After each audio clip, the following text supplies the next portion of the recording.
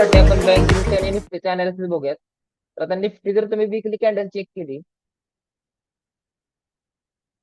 तर निफ्टी कुठेतरी करेक्शन साठी मार्केट खाली आलंय, म्हणजे जवळजवळ 4.7% मार्केटमध्ये करेक्शन दिसतंय आपल्याला.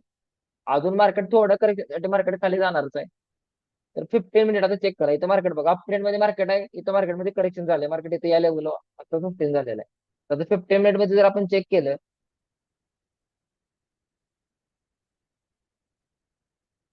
तर मार्केट एका लेवलला इथं मार्केट सस्टेन झालं, म्हणजे एका हायर लेवलला मार्केट इथं सस्टेन झालेलं आहे.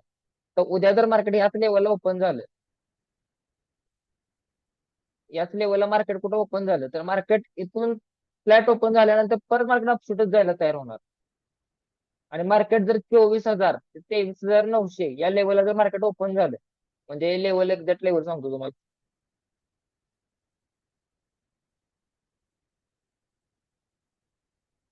या लेवलच्या आसपास जर ओपन झालं तर इथं कोण वाचू शकत नाही निफ्टीला.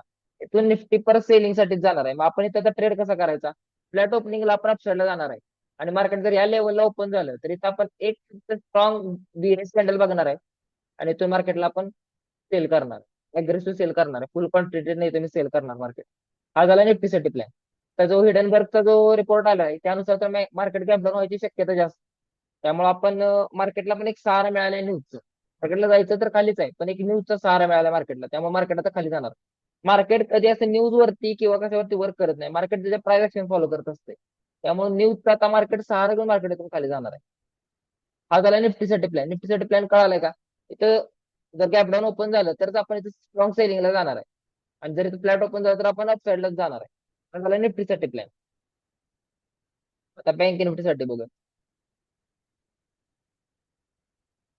बँक निफ्टीसाठी पण सेम, बँक निफ्टीचं पण स्ट्रक्चर बघितलं तर कंटिन्यूस मार्केट येतं बघा, खाली आलंय खाली आलंय, परत इथून पण मार्केट खालीच येतंय, आणि इथं मार्केट खाली लेवल. आता इथून मार्केट सेम स्ट्रक्चर बनवायचं असं इम्पॉसिबल आहे नाही.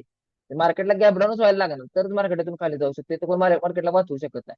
फक्त याच लेवलला ओपन झालं तर निफ्टी बरोबरच बँक निफ्टी पण अपसाईड मूव्ह करू शकते. तर आता निफ्टीसाठी इम्पॉर्टंट लेवल कोणते आहेत आपल्यासाठी?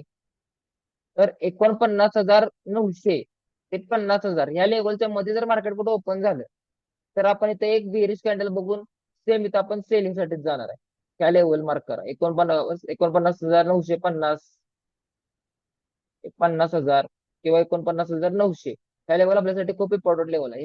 ह्या लेवलला जर मार्केट ओपन झालं तर आपण सेलिंग साठीच जाणार आहे.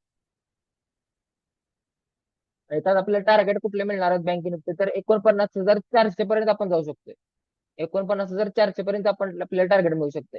फर्स्ट टार्गेट मिळणार आहे ते आपल्याला 49,600, त्यानंतर 49,400. हे दोन टार्गेट्स आपण कॅच करू शकतो इथून.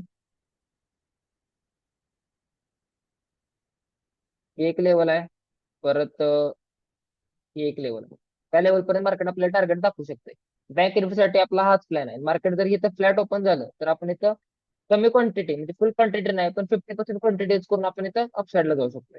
जर फ्लॅट ओपन झालं तर, गॅप डाऊन ओपन झालं तर शार्प सेलिंग आपण बघू शकतो. मार्केट इथं ओपन होऊन शार्प डायरेक्ट सेलिंग